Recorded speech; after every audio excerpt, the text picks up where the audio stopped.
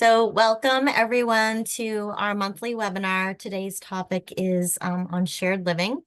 If this is a new topic for you, it's pretty, I think it's a great alternative for families. So we're going to really dive into it today. We're blessed to have my colleague Robin, who is a shared living provider for her son, and I'll allow her to introduce herself in a moment.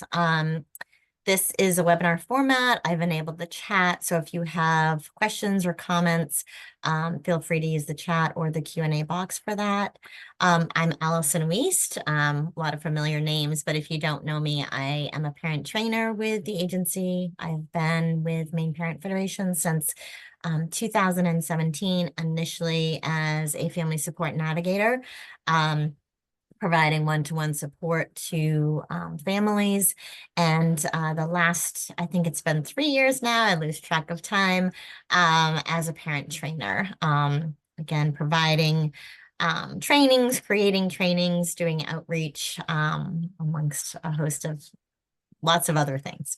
And then personally, I have two children. I have a daughter who is 27, neurotypical, grown, and has her own life and job and lives on her own. And then I also have a 12-year-old son with an autism and intellectual disability diagnosis. So like everybody else with the agency, I have that lived experience. I don't have lived experience with being a shared living provider. So that's why I am grateful to have my colleague, Robin Levesque, with me today, who is a shared living provider. So Robin, do you just want to introduce yourself to the group today? Sure. I'm Robin Levesque, and I have been with Maine Parent Federation since 2009. I am a support coordinator in Aroostook County. I cover 5 different counties. I have 3 adult sons. My oldest son lives with his family in Canada, and he has bipolar disorder. And as she said, I'm a shared living provider, and that's for my youngest son, who just turned 32 on Sunday. And we've been shared living providers for about 6 years for him. And he has multiple needs. He has autism, epilepsy, cerebral palsy, and he has a rare genetic disorder called Angelman syndrome. Thank you, Robin. So again, Robin has a host of experience. So again, we're grateful to have her today. So again, today's topic is on shared living. Again, it's a living option for adults with disability and special healthcare needs. So let's go ahead and dive in. Okay, why are we not switching? Okay, here we go. It was just a lag. So just first and foremost, we are not a legal service agency. We are a parent information center. So just think of this information as general information, as we're not any sort of legal advocate. So today's agenda, we're going to talk about what is shared living services, what are the benefits of being a shared living provider and the shared living arrangement. Who are these services for? What's the process? How do we get started? And then at the end, we have some testimonials and some resources for you. So sort of broad view, bird's eye view, the Department of Health and Human Services is really the agency, the office that oversees and administers our critical programs for our states. Some of these are the critical programs that they, oversee are listed here. The ones that probably many of you are familiar with: Office of Child and Family Services, Office for Family Independence, Office of Main Care Services. And today specifically, when we're thinking about shared living services and adult services, it's the Office of Aging and Disability Services. So they really are the agency that oversees shared living services. Again, the Office of Aging and Disabilities, again, it supports disabled or older adults to provide the programs and ensuring that they are, again, having their needs met and receiving the benefits that they deserve. Okay, so what is shared living services? So shared living, the definition taken straight from DHHS Shared Living Manual is that shared living is a model in which services are provided to a main care member by a person who meets all of the requirements of a direct support professional with whom that member shares a home. So that is the definition. So again, it's a person, an adult who has main care, is eligible for main care, and they live in the home with somebody who has met, and is certified as a direct support professional. So it's one option, in a range of housing, and support services for individuals with intellectual disabilities and or autism. Um, I think we've seen, in the past, a lot of group homes, traditional group home settings, for a lot of individuals with disabilities. And in some cases, that's not always appropriate for everybody. This really allows for that family, style setting. And again, for the person, the individual to really become part of the home and part of the community. So again, that's the goal. That's what the shared living provider is working towards with the individual that they live with. And I think I get into this, but I'll just mention, in many situations, Robin is the parent to her son. And so it made sense for her. She's been caring for him for 18 years prior, to be his shared living provider, but that's not always the case. For some individuals, the shared living provider might not be a parent. So again, as long as the person has the education and is certified as a DSP, they can also be a shared living provider for someone. So again, just sort of to reiterate the family style setting, again, it's a model to really support one person, not multiple people with disabilities. Um, and again, to create a relationship and connection, and to really allow them to be part of the home and the community. So typically it's for one individual living in the home. I think on occasion there are exceptions if there's already a relationship in place, like two siblings or something like that, or a husband and wife. However, my understanding is that even if there's two people living in the home, there's only one stipend that is paid. So again, the goal really being one person in the home to really be part of that home environment. Um, Again, sort of more of what I was just saying. It's really one person family style setting. But there are sort of two options. So the first option might be that the home is owned, leased, or rented by that individual. So the member or the individual that's receiving the shared living services, they rent, own, or lease that home, and the direct support person or family member, or whoever is their shared living provider, is providing service in their home. The second option would be, again, it's a family home where the individual is living with a particular family. It might be their family, or it might be another family, but they are living in the family home with someone else. And Robin, feel free if there's something that you want to chime in on, feel free to do that. I know you didn't really want to talk, but if you'd like to, please feel free. So the benefits of the shared living model, again, it really fosters community inclusion. It fosters building relationships. It helps to, foster that independence and freedom. And again, working towards the individual's goals that they might have. We know that in group settings that staffing can be an issue, it can be inconsistent. And so that's really difficult for, a lot of individuals. So this allows for the person to be in that stable home environment with really a trusted, again, either family member or a caregiver that is taking care of them. It provides, again, home and family environment, fostering respect, support, and care for the individual. And again, that support to help them reach any future goals that they have, making sure that their health needs are met.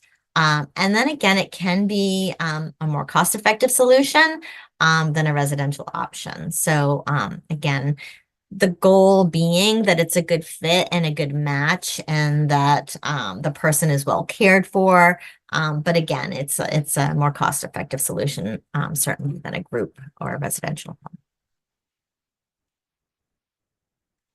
So shared living services are really designed for, again, an individual with an intellectual disability diagnosis and or autism whose preference is to live in that family style home and to build relationships with the family as well as in the community.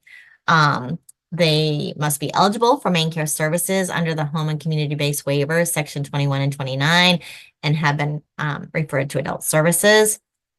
Excuse me. And then also their person-centered planning team has determined that this living arrangement is appropriate. Again, this arrangement might not be appropriate for everybody. For individuals that have that really higher level nursing care needs, the shared living provider option might not be the best fit unless that shared living provider really has that, experience, education, and skill to meet those needs. So again, it really needs to be determined with their person-centered planning team that this is an appropriate option. So where and how do we start? It really starts with transition planning. So transition planning is in the IEP by the time the student enters ninth grade. So we're starting to talk about their transition plan, what their life after high school looks like. There's the 3 domains, if you're not familiar, but education, employment, and then independent living. So having goals in those 3 areas. Certainly shared living may be a goal or an option under that independent living domain in their transition plan. Again, knowing that, you know, the person-centered planning team, everybody has discussed it and determined that that is a viable option. So the person-centered planning is an annual process that happens for, again, if you're not familiar, for individuals with disability or intellectual disabilities or autism. It's an annual process that happens. And again, it's a team of support around the individual that is really looking at what their strengths are, what their interests are, what their visions for their life are going to be, and then supports them in those goals to create that meaningful life of what they want. So again, the person-centered team would come together. These are some of the areas that we would, the person-centered team would talk about with the individual, always making sure that the individual has a say and what they want for their life, but they would come alongside them and provide them with support and information to make sure that they're getting their needs met and they're living a fulfilling life. So certainly shared living would be part of this process. So the process for shared living services, again, the individual must be eligible. This is sort of a snapshot of it, and we'll dive in a little deeper. But the person must be eligible for main care. There needs to be a referral to adult case management services. Again, if they're under main care, receiving funding under section 21 or 29. And again, we'll talk a little bit about 21 and 29 a little bit deeper. The person-centered planning team determines that this is an appropriate living option for them. Then there's the research to find a shared living oversight agency. There are a lot of agencies now that are providing shared living services.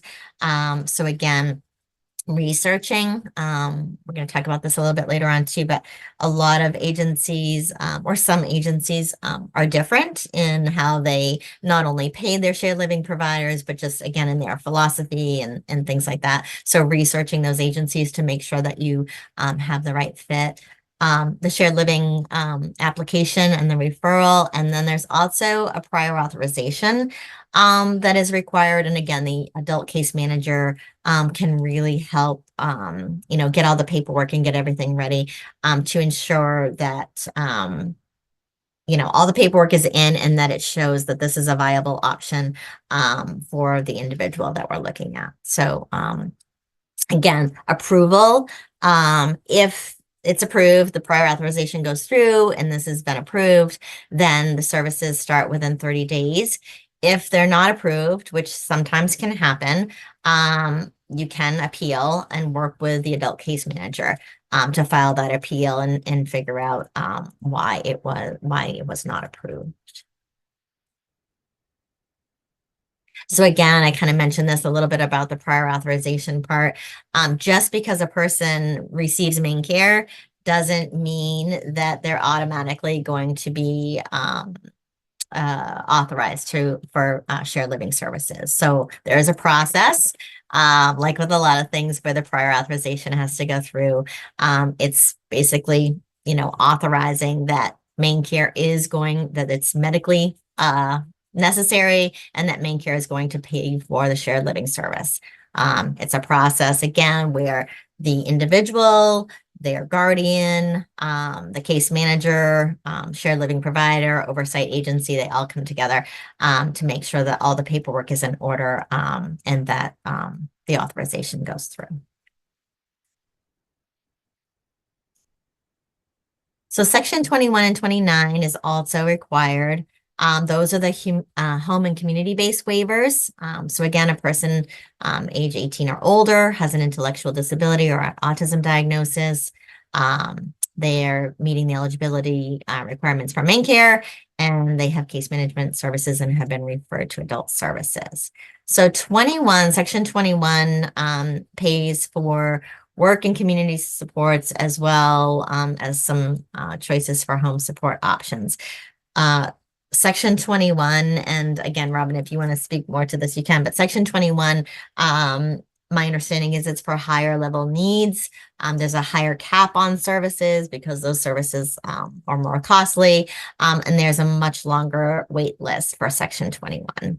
Oh, sorry, go ahead. Yeah, Section 21. I mean, my son does not receive Section 21 services. He's been on the wait list for like 13 years. And he's very high needs, but it's more of people that are in danger of being homeless. Their family is not able to take care of them. They have no place to go. Because there's such a wait list, it's now they have to be really in high need of being left without a place to live and left without services. And the 29 is they've really expanded it over the last few years. So it does, you can do the shared living with that, plus you can get some community-based services with that too. It's very limited.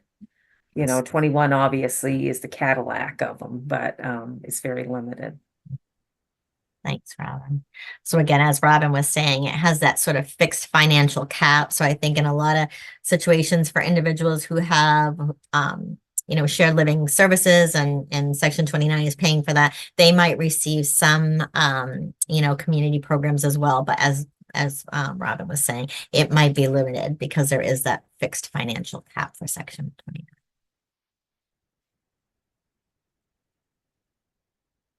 29. So the shared living team, the most important team member is always the individual, and they really should be at the center of the decisions that are being made for their future. Again, starting with transition planning, person-centered planning, again, supporting them, providing them with information, but making sure that they are really in the driver's seat of their life. Some of the other shared living team members are going to be that administrative oversight agency, which is the shared living agency that is overseeing and contracting with the shared living provider. So there's the shared living provider that is providing the shared living services within the home and supporting the individual. And then there's the administrative oversight agency, shared living agency that is overseeing that. They are the ones that, excuse me, they are the ones that will pay for the services to the shared living provider. It's a stipend, and we'll talk a little bit more about that a little bit later on. Then there's the community adult case manager. So that's the person that either works for ODES or is a community case manager, works for a community case agency approved by ODES, and they are really responsible for, again, making sure that The shared living provider is a good match for the individual. They help with the paperwork. They're really instrumental in making sure that the process runs smoothly. And again, that the person that is being cared for in the home is getting their needs met. And then there's a shared living provider that is that person that's responsible for providing that supportive home environment, making sure that the individual is meeting the goals that they have, that they're being included in the community, day-to-day activities, all of that. So they're the person that is taking care of the individual in the home. And as I mentioned, in a lot of circumstances, it is a parent, but it doesn't have to be a parent. It can be somebody else who, cares about this individual and wants to open up their home to them and provide them with that service. So again, the Administrative Oversight Agency is approved by ODES. It holds the contract with the shared living provider. It provides the supervision and monitoring of the services that are being provided. And again, I mentioned this earlier, but it is important to really do your research to find the agency that best fits your needs, the individual's needs, and the desired outcomes because they are different. We worked with, and we'll give them some credit at the end, but Katahdin, why am I drawing Katahdin Friends Incorporated? Is that what it's called? I'm sorry. Yes. Yes. Katahdin Friends, yes. So they were the agency that worked with us when we were creating this. And again, really great bunch of people. And they did share with us that there are a lot of different agencies with different philosophies, and sometimes the stipend is a little bit different. So it's important to look for an agency that really fits. Is a good match for your family and for the individual. And then they also will, recruit and advertise for providers. They do home inspections. So there is a home inspection that happens, background checks on providers and things like that. They will also support the team in vetting for any new shared living providers and assessing whether the home meets the needs. And then they also work with the case manager, the shared living provider, and the individual in making sure, again, that questions are answered, that, everything is going the way that it should. It's a good match, and the individual is being supported in the way that they need to be supported. Then there's your community case manager, and they are responsible for coordinating with the oversight agency as well as the shared living provider, as well as the individual in the home, making sure that everybody is working together and the services are in the best interest of the individual. Again, they are responsible for paperwork, so making sure that the person-centered plan is in place, working with the individuals for the prior authorization. And then they initiate the vendor call, which is a request for service. Again, they are sort of really instrumental. And I think that's one of the things that, when I talk to families personally, they may not have had a case manager when their children were younger. In my situation, I'm one of those parents. I had a case manager for a while, and then we didn't really need a case manager anymore. So then we didn't have a case manager, but definitely a case manager is critical for adult services and making sure that all of that is working. If you receive a waiver and you receive services under that waiver, you are required to have an adult case manager. And I don't know if you touch on this or not, but I just want to mention that your oversight agency and your case management agency cannot be the same agency. Yes, I was going to touch on that, but thank you for reminding me. So again, could be a conflict of interest. So you need to make sure that, as Robin was saying, that one agency is the agency that is coordinating and managing case management services, and that you're working with a different agency for the shared living services. They cannot be the same agency. Thanks, Robin. The shared living provider is the person that's providing that daily support and care to the individual in the home. Again, it can be a parent, it can be a teacher, a mentor, a friend, anybody who really wants to make this person's life, the best that it can be. They want to care for this individual. And they are responsible for a lot of, I think that's the thing that we've taught, Dylan and I have talked about in the past when we've done this training, is that, it is a big responsibility, because there's a lot that an individual has to do for this person. So it's not about just having a home and just having them in the home. It's also about making sure that they're getting to all their appointments, that their health is being cared for, their medications, they're taking their medications, coordinating care with everybody, with all of their team members, daily assistance towards goals, their documentation that happens on a daily basis, making sure that they're involved in the community, involved in activities and have community resources. Again, daily care, self-care, nutrition, safety, and then again, building that relationship with them of trust and respect. So again, it's a really important role. The shared living provider, they are self-employed and they provide that support as an independent contractor of the administrative oversight agency. Again, it can be a family member, but it doesn't have to be. And they are paid, a daily stipend rate by the administrative oversight agency, that's funded by Maine Care, and it's considered a difficulty of care payment. So it's not considered wages when when you're doing your taxes at the end of the year. And I have been asked this many times, what sort of the daily rate is. And I typically give a range. I don't know, Robin, if you want to chime in, but I say between 120 and 129, like in the 120s daily Yeah. rate. I don't know if that's still accurate, if you want to chime in on that. It's pretty accurate. Okay.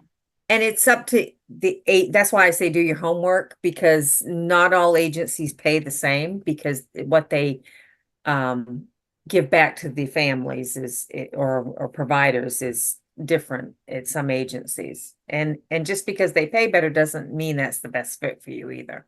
Yes. Yes. Thanks, Robin.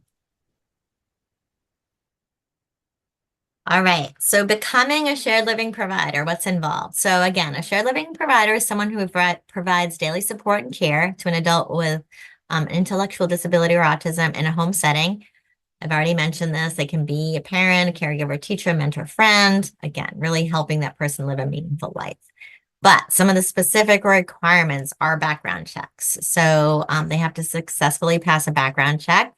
And that includes all adult members that live in that home. So even if one person is the shared living provider, if there's another adult living in that home, they also need to have pass a background check. I'm correct on that, right? Yes.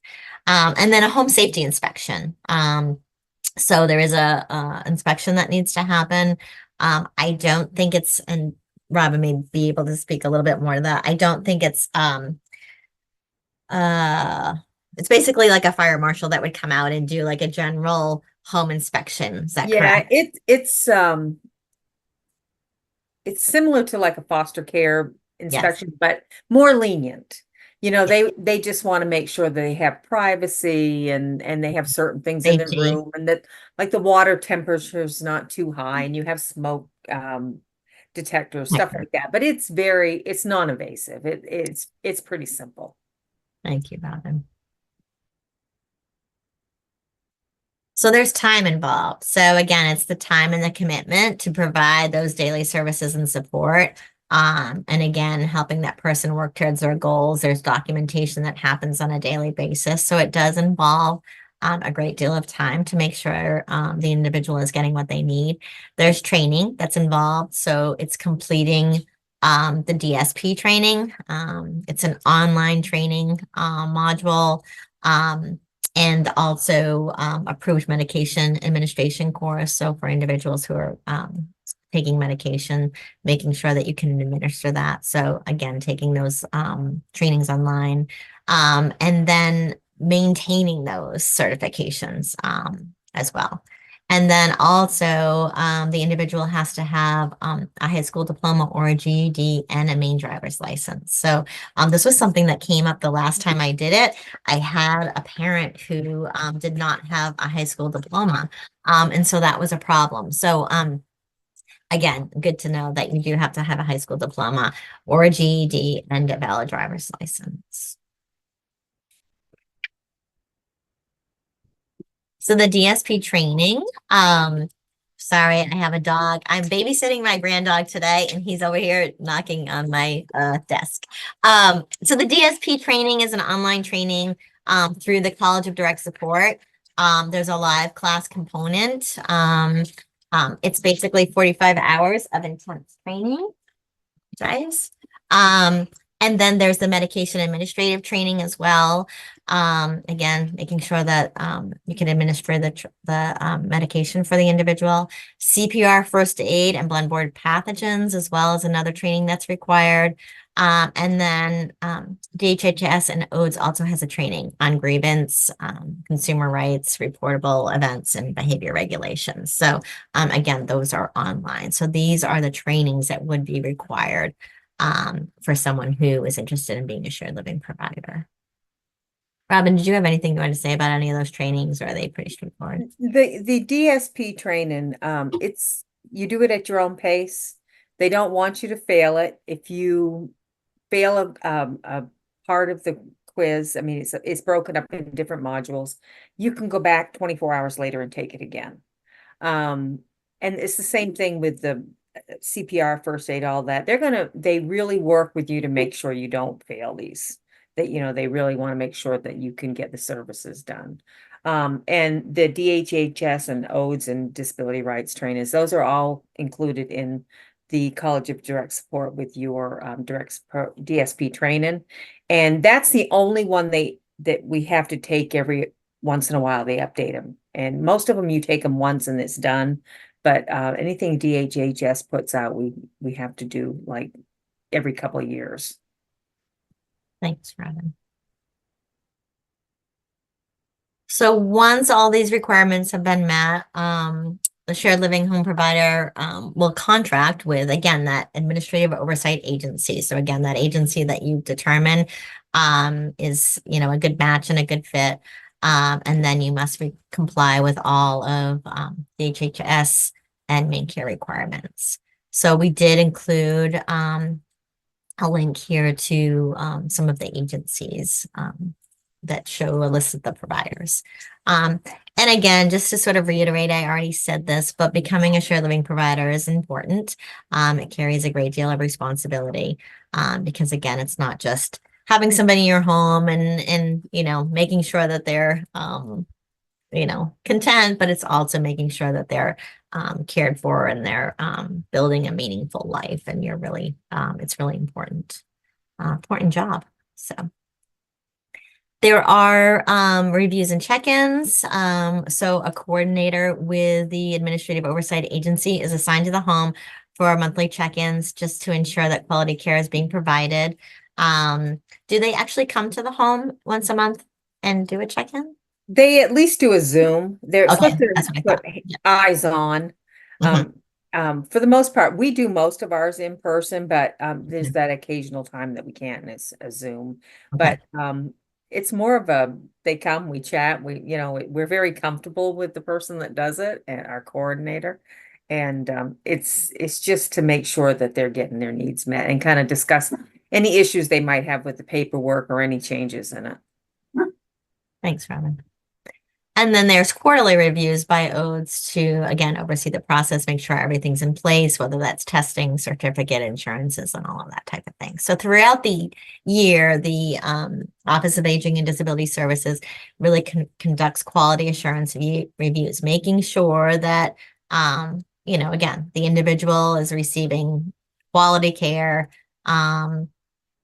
because that's what everybody is doing this for, right? They're making sure that the individual is receiving the care they need. So, and then follow-up reviews will be conducted to ensure follow through on the recommendations. So, if there was any sort of issues that arise, there's follow-up reviews that are done just to ensure that quality services are being delivered. Okay, so I think so we're at sort of the wrap up. I'm gonna share the testimonials in our sort of wrap up, and then I'll stop sharing my screen and then we can sort of have, if people have questions that they want into the put in the chat box, we can do sort of a Q&A from that at the end. So here are some testimonials actually from some people that again have a good relationship with Maine Parent Federation, but again, it speaks to what shared living does and how it can be really beneficial for a lot of individuals. So the first one, shared living has given our family security and peace of mind. We know that our son is loved, cared for, and respected. We're able to support, teach, and provide him with opportunities which will benefit him and help him thrive. The second one, the shared living model has allowed us to feel more confidence in being financially able to provide the household our son requires to function best. It has afforded us the ability to pre-pandemic take him to programs and projects that he finds satisfying without worrying about our household budget. Shared living funds have been extremely helpful in making sure that our son has his needs met. And then the last one, we had the choice to place our young adult in a waiver home or shared living.